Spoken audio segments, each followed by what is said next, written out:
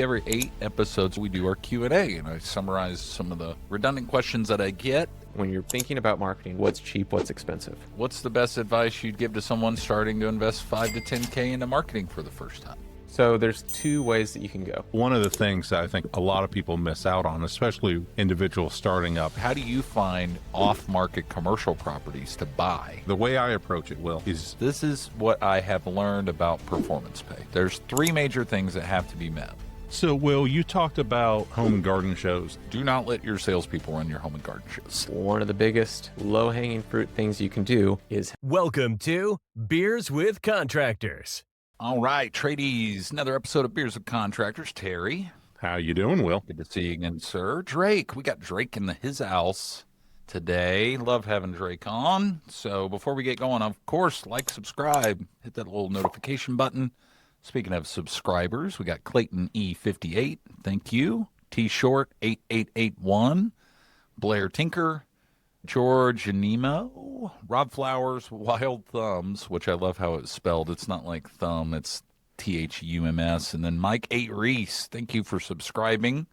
Terry, monumental episode today. It is almost sad. To those 5, 6 listeners that have been with us since the beginning, I just have to break the news to you that today is the last episode in this studio. So we are actually moving, finally.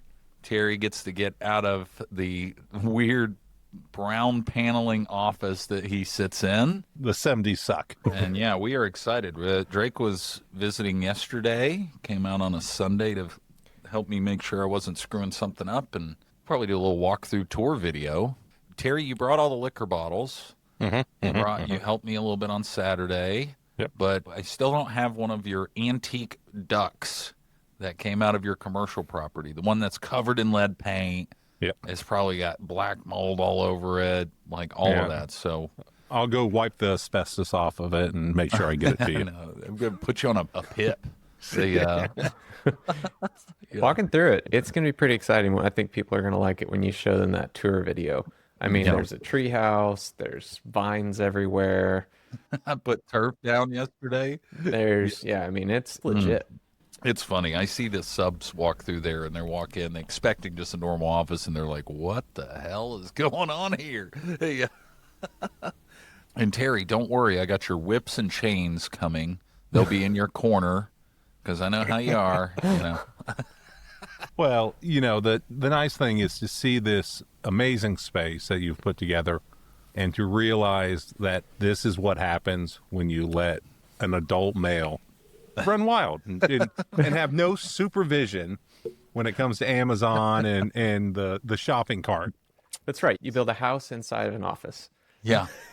Hey, supervision is about to kick in, Terry, because the statement should be coming out on how much I've spent. Oh, so I need to get my invoice in now. Yeah, go ahead and get that invoice submitted, Drake. Hey, Terry, I was thinking about this before the show.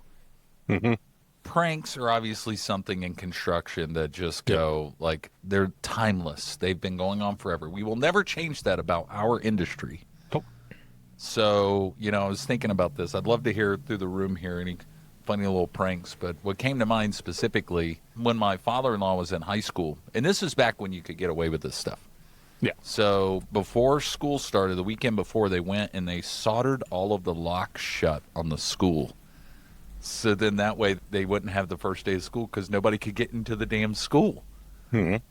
And they found out that it was him and his brother, and they made them melt out all the solder on all the locks as punishment. That was it. Yep. Like today, that would be a disaster. And my father also cut trees down near the school to where they fell across the road the morning of the first day of school. So then none of the buses could get out, so they had to cancel school. Now, this is back in the day, too, so they got away with it. I mean, were you a prankster in high school? Drake, how about you, Terry? I was in that strange generation and where we were at, the pranks, the senior pranks at high school were going quickly out of vogue. There was some stuff that was done, but nothing as epic as some of the things that you've seen. Drake, how about you? I was homeschooled, and so pranking my mom was a bad choice. Oh, Yeah. Of all the I was absent all the targets that normal people have. It was nah. I like being able to go outside. Oh, that's funny. Or you like being able to come back in. Yeah. Oh, man.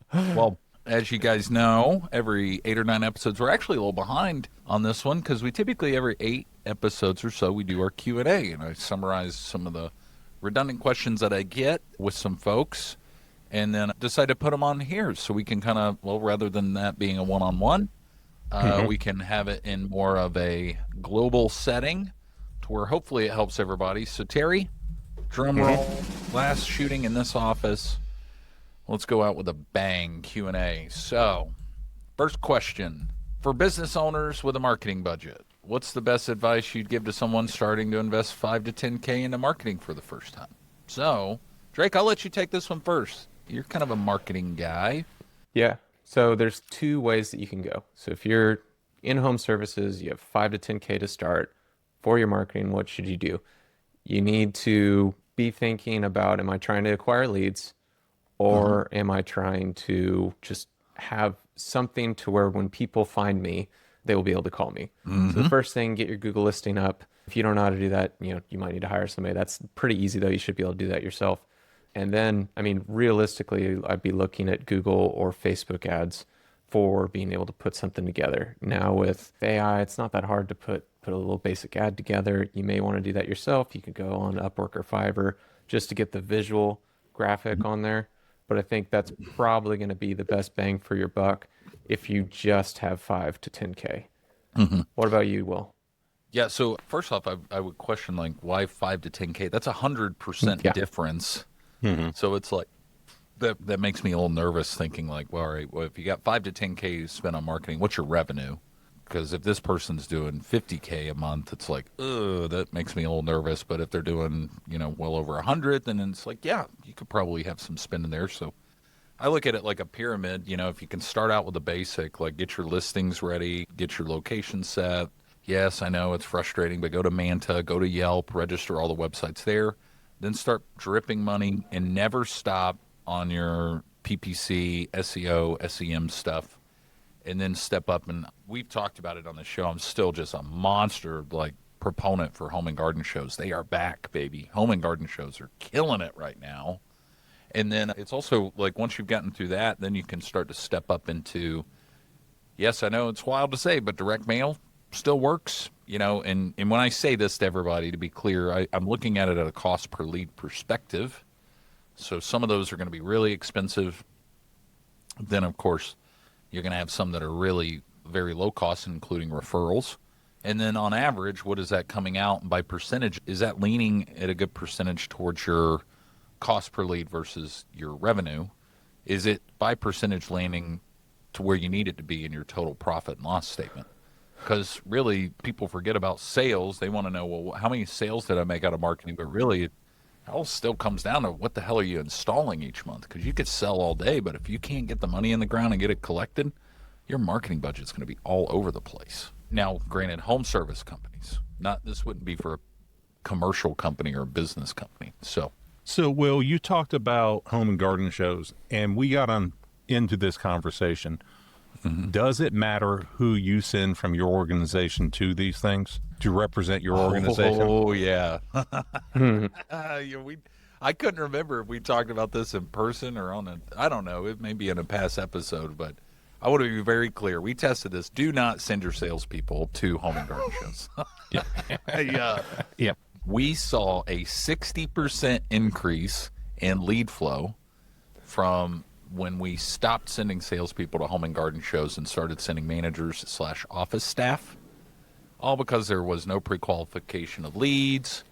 Also, like, I just noticed my team, and I love my salespeople, they just talk all the time, and they are not saying, hey, well, the natural next best step is to go ahead and book an appointment. And, that's what my team does. So it's just amazing to see, and I want to be clear, I wasn't talking 60%, let's put it in perspective. We're getting maybe 20 leads a show, and these things are expensive. The last one we did here without our sales team, we got over 67 leads. It was a record. So it's like, wow, yeah, don't send the salespeople. And honestly, I don't think they want to go either on the weekends. So Well, you're anyway, taking them away from closing qualified leads, right? So if you have your salespeople, if you're pulling your salespeople into a home and garden show, you want them chasing down those qualified leads, the people that are already expressing some sort of interest and taking advantage of their expertise in closing those leads. If you send them to a home and garden, to your point, like they're just going and talking to random people. And so it's not even as good of a use of their ability. You need somebody who's lower level who isn't as much in sales to be able to be filtering. You need a filtering mechanism at home and garden, right? A promotional element and then a filtering mechanism. yeah, yeah, they just have to identify, is this a homeowner of some type? Do they have a concern, and do they have a concern around a product or service we offer? That's it. Those are our filters. Get it booked on the calendar. Try to book them same day. We're booking everything through iPads right now at home and garden shows.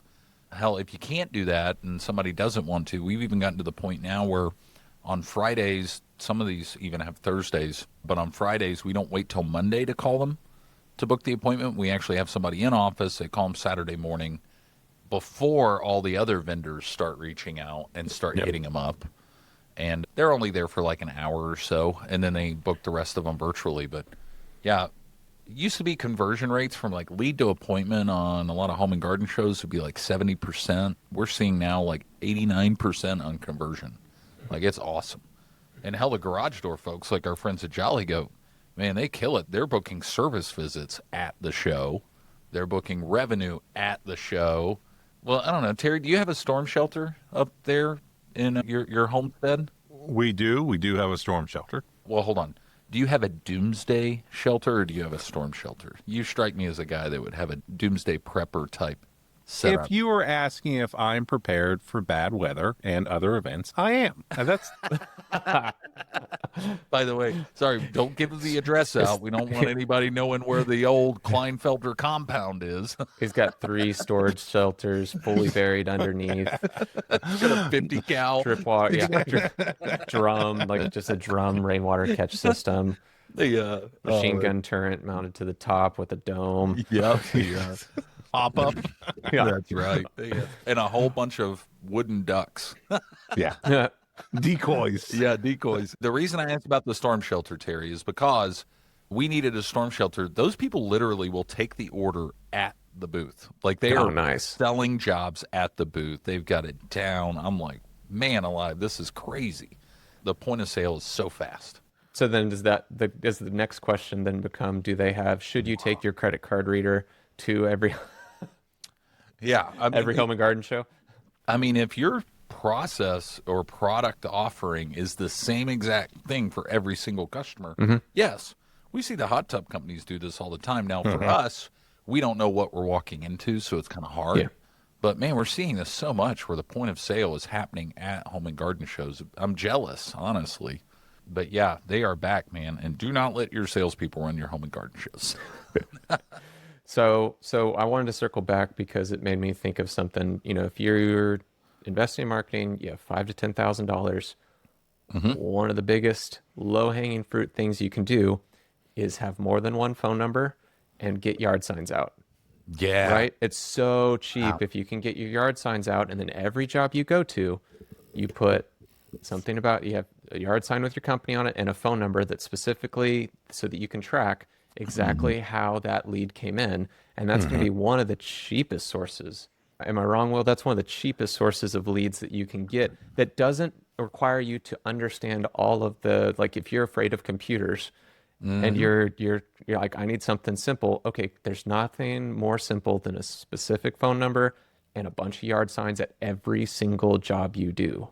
Yeah. Yeah. And even putting the yard signs out at like the moment of selling the contract, not just the job, because if you're only there 2 days, it's done. When we talk about yard signs, it is just wild. We kind of got away from this during COVID, but now that we're kind of refining our processes again, we find that yard signs not only are a very cheap lead source, but they also convert, meaning they sell at a higher rate, not just closing rates, but average dollar per ticket.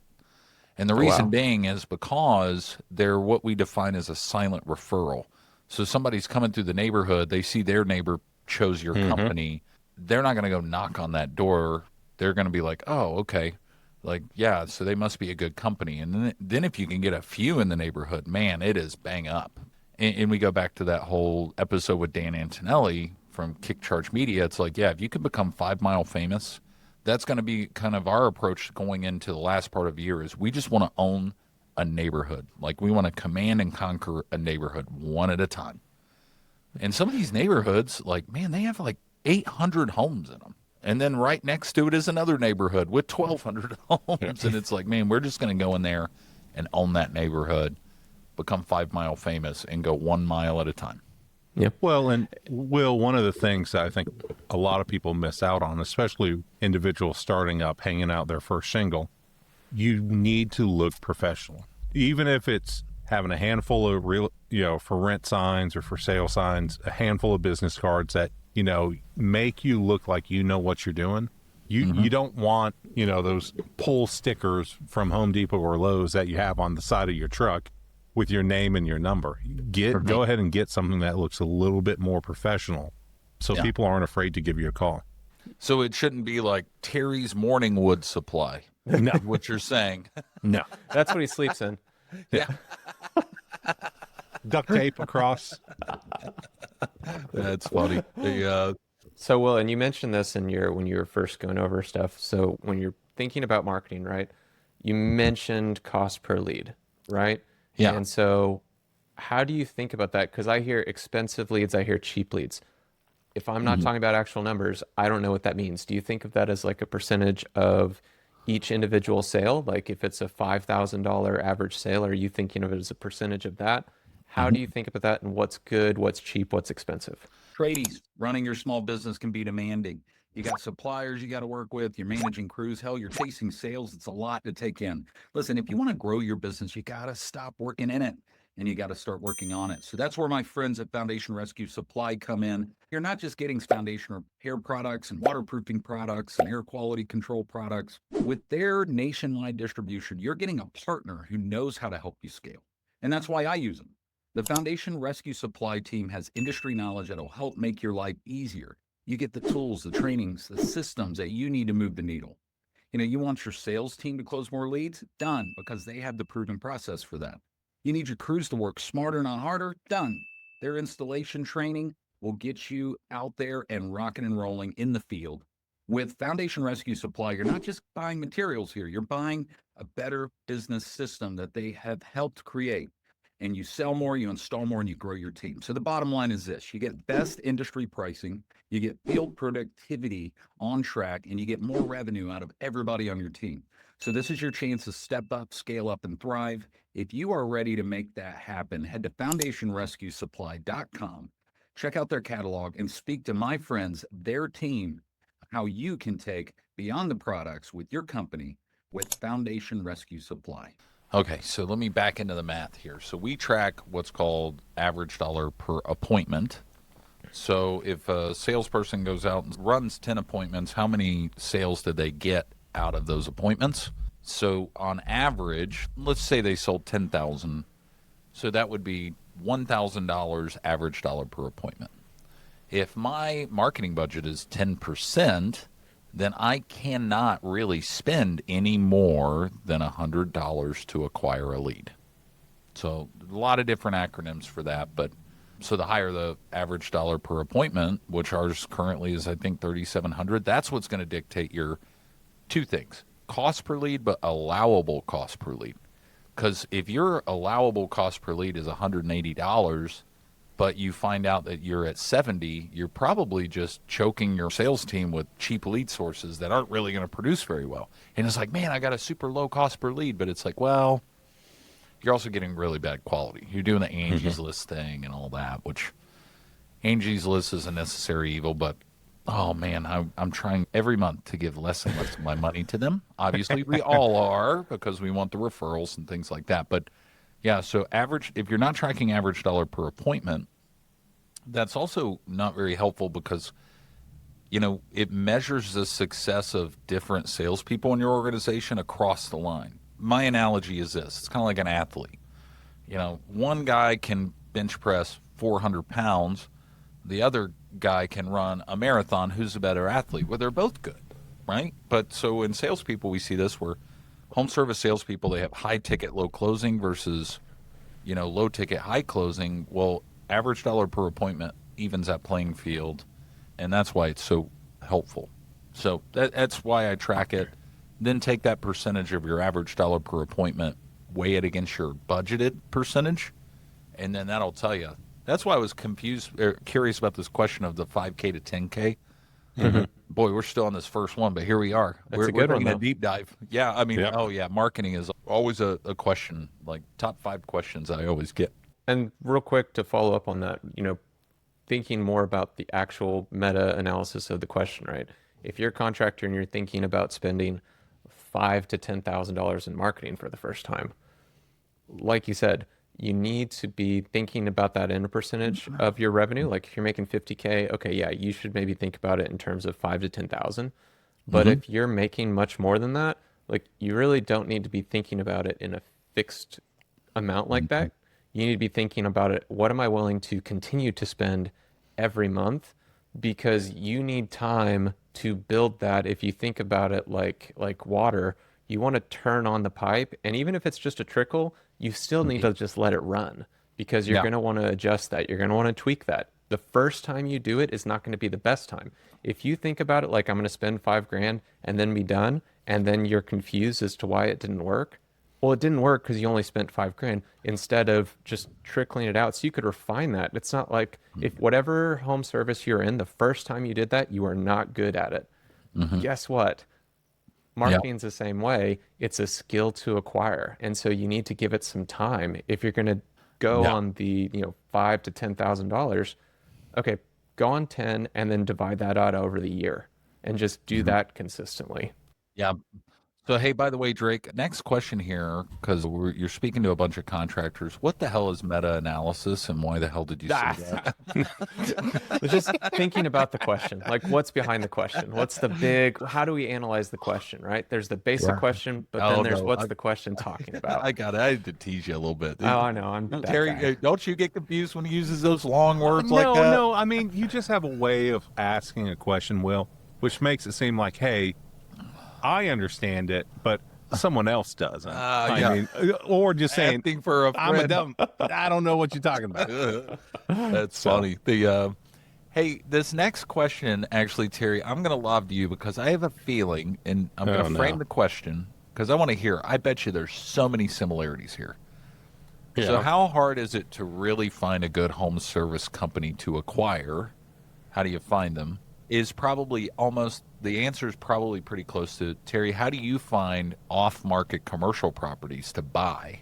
So it's interesting you ask that. So my question, or the way I approach it, Will, is I understand what I'm good at. I have a set of skills, a set of knowledge, and a set of tools that I can bring to bear on an investment to make it financially beneficial to me where it might not be beneficial to everyone else.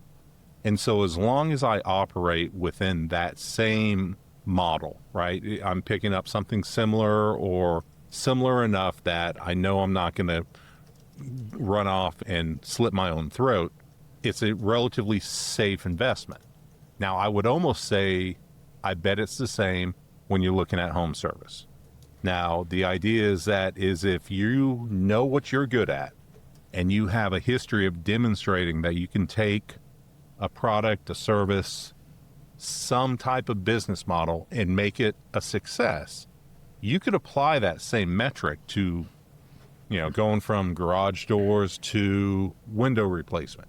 You could go in and do the same thing, right? Yeah, same thing. And I think that lends to a good question. Like, you guys have interviewed so many different types of owners on here, right? So last week from Foundation Scan, right? It's more of a technical guy, right? He knows the technical aspects of the repair, and that's what made him so perfect to create the software company that is a very technical product that helps execute on the business. But then Will, for instance, is just loves sales, like is just built for sales. And, understanding what type of person you are is going to affect what a good home services company looks like, to Terry's point, right? Are you finding one that you need to just go in, pump it full of sales?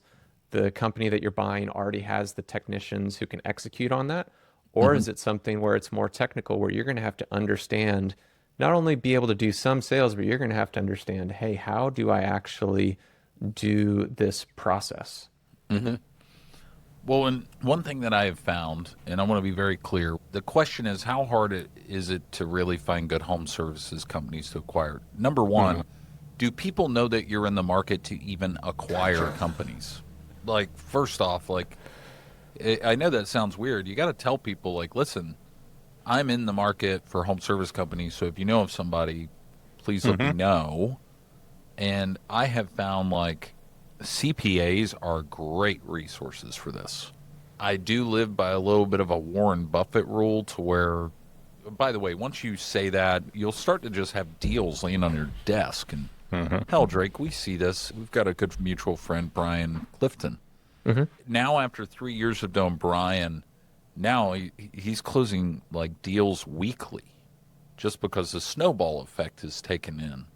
But I probably say no to 90% of the deals that come across because they just don't work out, you know? But it all started with, I'm not insanely vocal about it, but I am very vocal about, like, hey, listen, I am looking to expand my vision of my construction company, and part of that is acquiring companies. And then they see our success, and we just need to carbon copy those systems and processes on them. And just by that alone, we get people that naturally approach us saying, hey, do you have interest in buying this company? Or do you have interest in buying my company? Yep. And it's one of those where I'm really looking for scalable systems and processes. I'm also looking for making sure that there's an operations person that can man that in our absence, which is huge. And then we're just kind of supplementing all of the systems and processes, technology in. It's kind of like, well, Terry, are your kids into Pokemon yet? No, thankfully. I can't remember what they call it when the little cute little Pokemon evolves into some big monster, right? Not a monster, a cute monster. It's like that business. We just want to buy it at the cute little monster Pokemon phase, and then we're going to bolt in our systems and processes as long as they've got a good manager, and then boom, it's going to take off and evolve. So, bad analogy, sorry. Yeah, what would be interesting, Drake, is to see how many subscribers at this point in time just like click off because of what Will is saying. Or clicked on because they're Pokemon fans out there.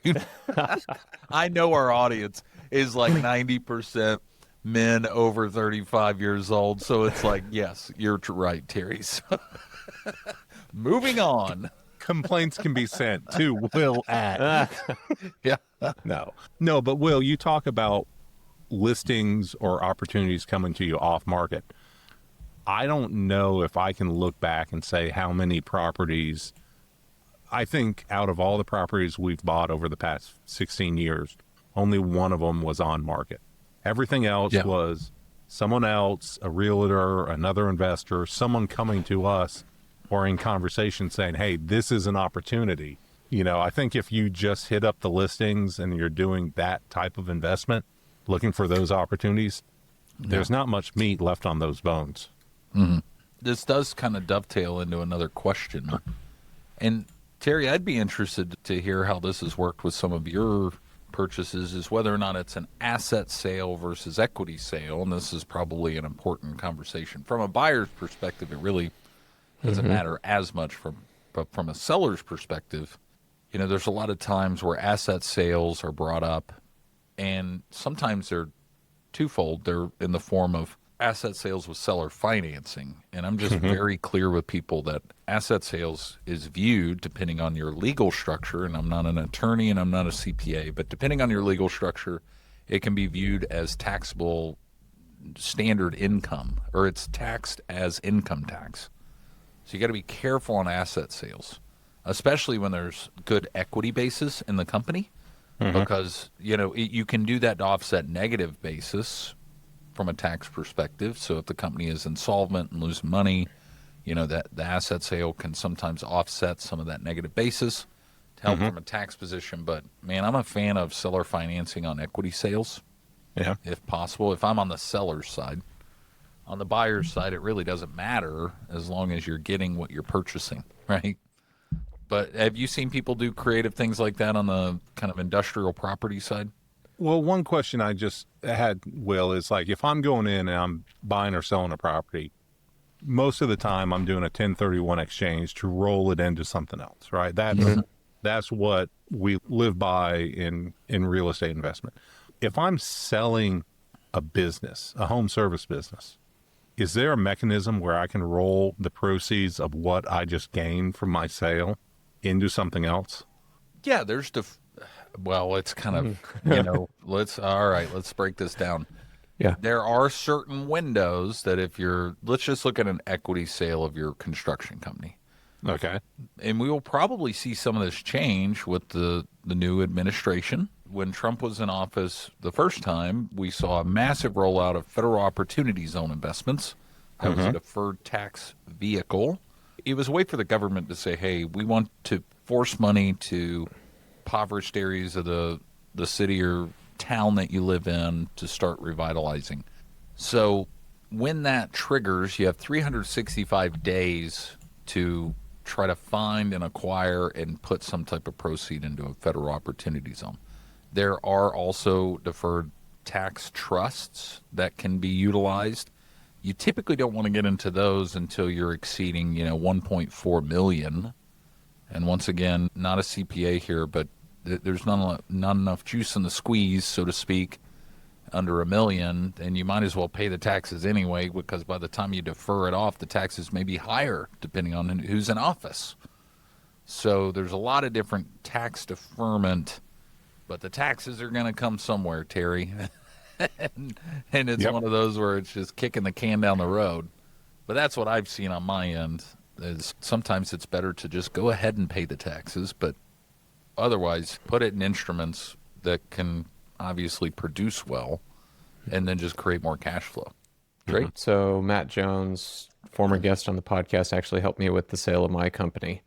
And what we were able to do, because it was a more friendly transactions after we got everything, for the most part, papered up, what we were able to do was actually move some of the proceeds into goodwill.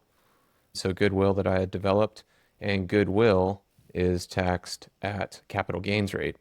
And so I was able to get a lower tax burden because of some of that.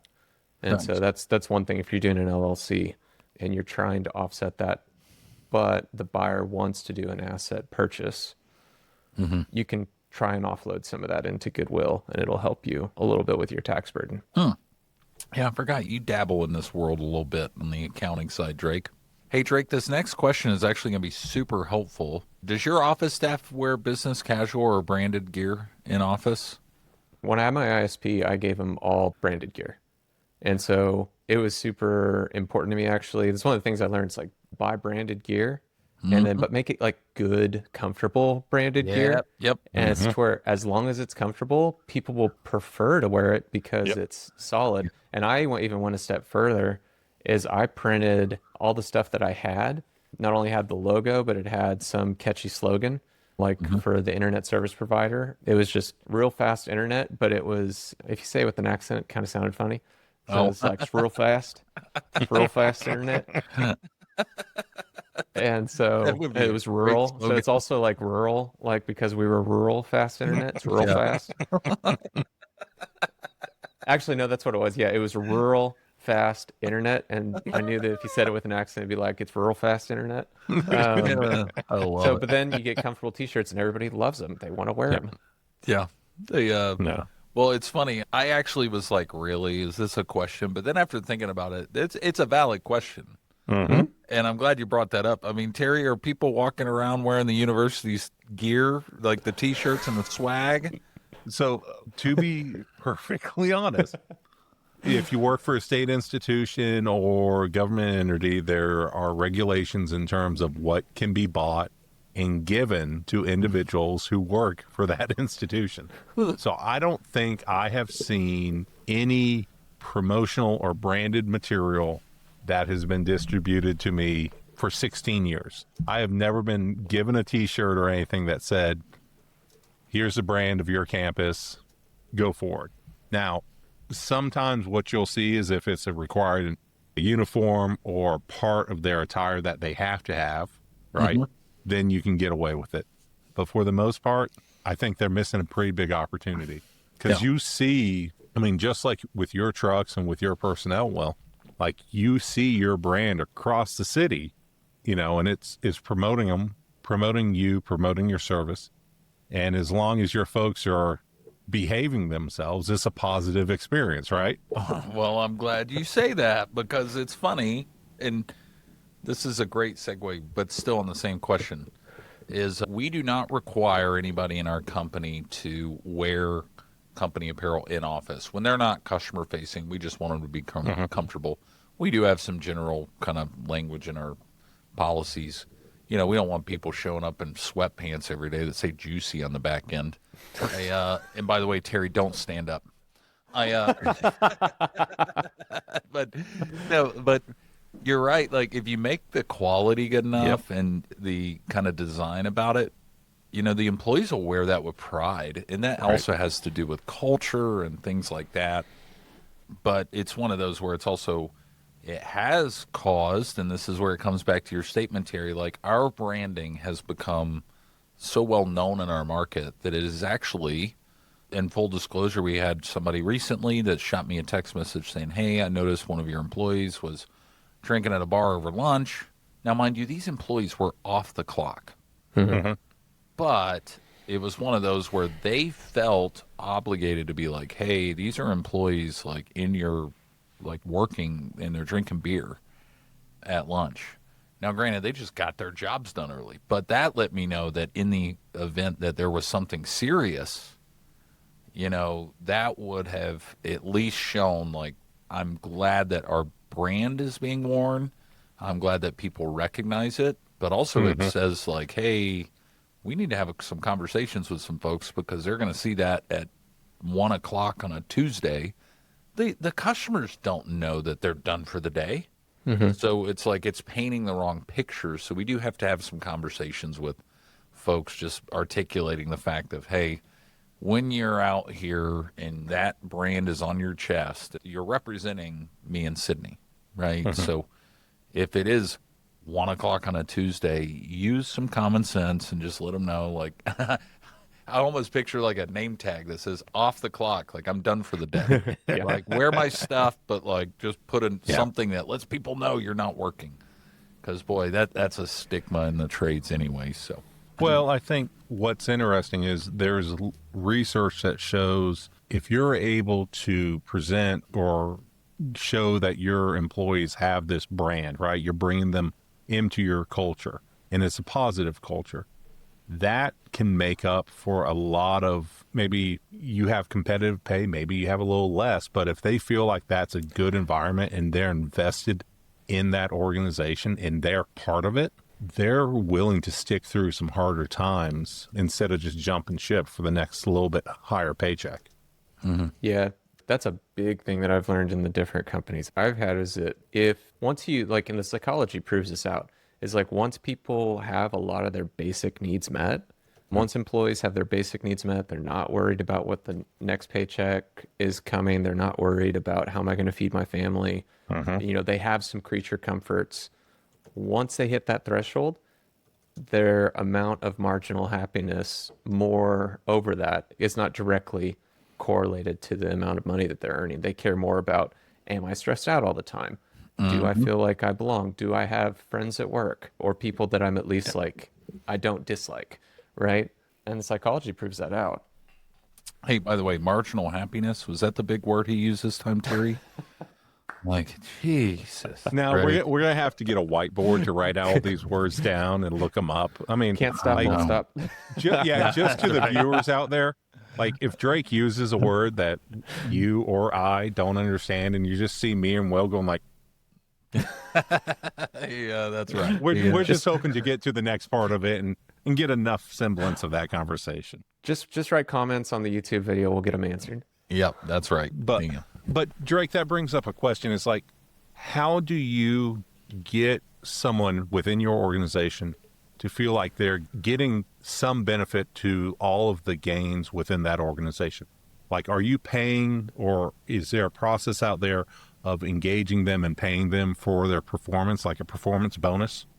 Yeah, I mean, there's really good ways to calculate it that I've seen. There's some softwares I've heard of that, do pretty good at that. On my side, I didn't have that. Ours was pretty simple. There was their normal pay, their normal hourly pay, and then they got paid per job they completed. Our job's really small. Installing internet service was pretty simple, and so it's pretty easy to calculate. Once you get into complex jobs where it's a long, strung out project and you have, different hourly rates, different material costs like that, it can be helpful to use other ways of calculating that. As soon as the incentive aligns and the incentives are done, like, that's a big deal. Will knows more about this than I do, though. Oh, yeah, man. I've learned so much about it. It's crazy. By the way, speaking of your installs going so quickly, now the only reason this episode is in the original studio, not the new one, is because of that rural fast internet that I was trying to get in the office, just cannot seem to get fucking installed. So, Drake, I should have had you come yesterday with a spool of Ethernet cables and a router and hook me up. But no, performance-based systems, this is what I have learned about performance pay. There's three major things that have to be met. And while these seem simple, they're not. First one is you have to be forward-facing. They need to be able to see in the future what their pay could be. And if they don't, then there will always be something on the back end after payday's cut to where there's this back and forth saying, hey, well, who here as a human being opens up their paycheck and says, man, this is exactly what I want it to be? Nobody. Because they want it to be more. So at the time that the week is done to the time the paycheck's cut, that's a problem. Second thing that I find with performance-based pay systems is they are not articulating clearly what the adjusted hourly rate or total annualized income is on average based on their performance. Meaning it has to be able to show an adjusted hourly rate and where they're moving to in the future. And this is the last one, and this one surprised me. The reason most performance-based systems don't work is because the spouse at home doesn't understand it. And when you give somebody a bonus that is discretionary or difficult to calculate, they go home and they say, hey, I know that you were paid $22 an hour, and forget the bonus that we don't know how it comes or goes, but I've got a cousin down the street working in a warehouse running a forklift making $28 an hour, and they don't realize that they just took a pay cut. So that third one specifically, performance-based systems have to be able to be so simplified that the spouse at home understands it crystal clear. And that's just one of those things that I've learned. And actually the history of that was we had a metrics page on our performance application that went down, and that allowed an installer or foreman to look at their week to week as far back in the past as they could. And I didn't think that was really a well-used page until it went down for a day, and I got calls from all over the country from foremen asking, like, hey, why is the metrics page broken? And it was because they like to see on average what their income is by dollars per hour. And many of them, when they reached out to me, it was in the evening. Guess where they're at in the evening? They're at home. And I asked them, and I was like, I didn't realize this is so important to you. Why is that? And they're like, well, my wife was wanting to know because we're looking at buying a new car. And it says I make $22 an hour, but the metrics page shows I make $48 an hour. And that's pretty important for the application. And that third one is powerful. Wow. Will, with that, are you running your install folks at 40 hours a week typically, or are they getting a significant amount of overtime? So I find that on my install crews, people fall into two categories because they're performance-based pay. So first one is schedule me for 5 days. I'm going to get it done in 4, and I'm going to enjoy a 3-day weekend. So they're not going to have a bunch of overtime, but they already made well above because they got all their jobs done early and they've got performance pay. The other type, which is funny, is they're like, schedule me for 5, I'm going to get it done in 3.5, and then I'm going to call and move up jobs. And and they rack up a ton of overtime. But on average, those crews can install anywhere between 150 to 180,000 a month. Now that's my type of service, so the overtime is just, I do pay extra on the workers' comp, but for the dollars per hour generated out of those crews, I'll gladly take either one. Well, you know this, if you set the benchmark for them to follow, if they get their job done and they go home early, love it. If they get the job done and they want more, then love it, as long as we have the sales and backlog. And there are certain companies where it's like, hey, how's your backlog? Because if I put this in the hands of your crews, you may burn through that backlog really quickly. I can fix so many problems in the operations side, but I can create problems in the sales side of an organization. Because, man, these guys, if they can see it clearly, back to the number one thing about performance pay is making it insanely transparent on the forward-leaning future view. Yep. Then, boy, they will tear down mountains to hit those numbers. And that's an important distinction. Yeah. If I'm a company and I have a significant backlog, right, and I'm trying to understand if this performance pay would be appropriate for me, what does that backlog need to look like before I make this call to you? Well, as long as lead flow is good, I would say 2 to 3 weeks all day. Okay. But if it's kind of spotty and we're going into a winter season that it's slow, then it's like, actually back to that whole question about marketing. If you're not consistently putting money in marketing, then yeah, we don't need to be launching this, because they're going to burn through the backlog. And then all of a sudden you're going to be like, oh, we don't have any cash because we have no work going in the ground. So that's one of the things about performance pay that a lot of people don't consider, because it's kind of a hot topic buzzword in the construction industry right now, is like, what happens when we run out of work? Like, have we prepared for it? And quick service, kind of cash cycle home service businesses like garage doors, that's okay, because I think a lot of the technicians are used to that kind of ebb and flow of the schedule.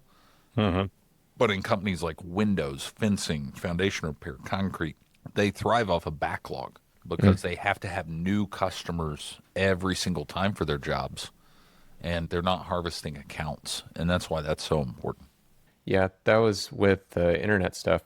For us, it was, we had to move jobs up. Like, for the most part, we had to move jobs up because we had troubleshooting, service repairs, and we had installs.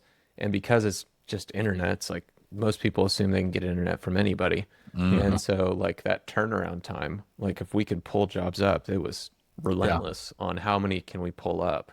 And that's why there had to be some incentive for people to get paid extra if they get more jobs done besides just hourly. It's a big distinction. Yeah, massive distinction. So, well, cool. All right. Terry, the question is business credit cards. What are you using for your business? How does that work at your place, like at the university? What, at OSU? So, I mean, do they just give you a J.C. Penney's card and they're like, yeah, go spending crazy? what, for my spending or for our customers? No, for you. No, I think I have a Visa, to be honest. No, there's mountains of paperwork for every financial purchase made for any of the institution. So the level of documentation and reasoning why and what it's going to benefit is well documented by multiple individuals, as it should be with any state or federal funds. But there's a very different process than if you were in your own business. Or in other parts of the federal government, Doge just cut like 300,000 government credit cards. There was I think it was something like there was 4.6 million active credit cards in the government, and there's only like 2 million government employees or something like that. So every employee has like multiple government cards. So Terry, it's great to hear that some government institutions have checks and controls. No, there's a lot of checks and balances when it comes to spending, as it should be. And, we are very cognizant of what our budgets are and how they're being utilized. And I don't, working in state education or education in general, it's not just raining money, right? You have to be very diligent in how you're spending that money and make plans. Even if your enrollment grows, you don't always see a bump in your budget. So, yeah. Well, this is a very interesting one. And it's funny to hear both sides, like the different sides of the coin here, Terry. Because, and by the way, I'm not sponsored by these folks, but I got to tell you, it used to be called Divvy, but now it's called Bill. Mm-hmm. Bill/Divvy has been fantastic for us because most of the time, contractors, if they are giving out business credit cards, they don't have a budget. And then all of a sudden, it's like, boom, all of a sudden there's this massive bill. So when we have a credit card, they're respected by department and they get capped to a certain amount. Mm-hmm. We've even gotten to the point now where we don't even allow people to use our open accounts at the building supply because those can be racked up so quickly. And it is funny, like people will, especially working with building supplies and vendors in building supplies, they want to sell their products. So, of course, if you have 3 employees come in wanting a bunch of material, they're going to give it to them. Mm-hmm. Well, you know, now we've filtered all of that through Divvy. They have cashback programs, but if somebody exceeds the limit, it just cuts their card off. Yeah. And it also integrates with our QuickBooks. So we get cashback on marketing, we get cashback on office supplies, we get cashback on materials, and it exceeds what we would normally get cashback on the local building supplies, and it gives us more systems and process control over the purchasing. And man, if you need to zap somebody's card, you zap it right there from the dashboard. It's been super, super helpful. So hopefully, maybe Drake, that we get an email from Bill/Divvy here soon saying, we loved your shout out to your 5 listeners. We landed one account and we'd love to sponsor your podcast. I don't see that on the horizon. But dude, it's been a game changer. Oh, and it requires that they take pictures of the receipts. Yep. That's the other thing is like, just get a, where's the receipt? Well, I mean, there is a referral program. There may, for all the listeners, there may just be a referral link that helps you in the description by the time this gets released. Hopefully. Yeah, please chat GBT that one up for me, Drake, and push that through. Terry and I got a lot of beer. Obviously, he can't buy beer on his bureaucratic credit card processing system because he's got a ton of paperwork. Oh, there's too much paperwork. No, Will, have you noticed this, though, is that depending on how it's set up at different supply houses, there are multiple levels of pricing that you can get into. Have you seen that? And have you ever gone down that rabbit hole? It's been a long time since I've had to work with like the local shops and going in. But yeah, everything's negotiable. I've found out with some. And honestly, I think that's some of the best thing when with a lot of these lumber yards. I kind of like to deal with the smaller mom and pop places versus the big box stores. I mean, it is like, hey man, like I just bought like 200 units of this lumber for me last week. I'm gonna need another 200. Like, can you wheel and deal for a little bit? And all of a sudden, it's like, sure. And it's not like they have to go through 10 different people. It's just like, I think what we all want in business is just authenticity and relationship from those places, and we get them. I mean, heck, it's just so cool to see that. And hell, I actually did a comparative for the new office, Terry, the new studio. And it was like, hey, I can go get this stuff from Home Depot or Lowe's, but I'd prefer to get it from you. Can I just shoot you a material list? And they're like, absolutely. Come pick it up tomorrow. You know, and it's there, and we got 5% off just because I asked, and I like them. So what I'm trying to understand is you put effort into shopping around for the best price on material, yet the amount of effort that you put into the layout for the rafters, that was pure shit. I mean, I don't think any of the material landed where it was supposed to, and it's not because the material was cut wrong. It's the rafters installed were. Hold on. I got to defend myself here. Okay. So to the three listeners listening, because some have dropped off. Terry helped me this last week on the new studio, and he could very strategically see when the beers started kicking in the various stages of construction. Obviously, the walls were great. The siding was kind of good, and the rafters were shit.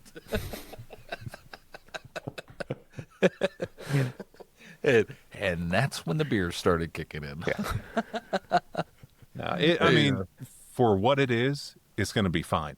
But I know, you would not demonstrate that same level of quality control on a Yeah. on a customer's project.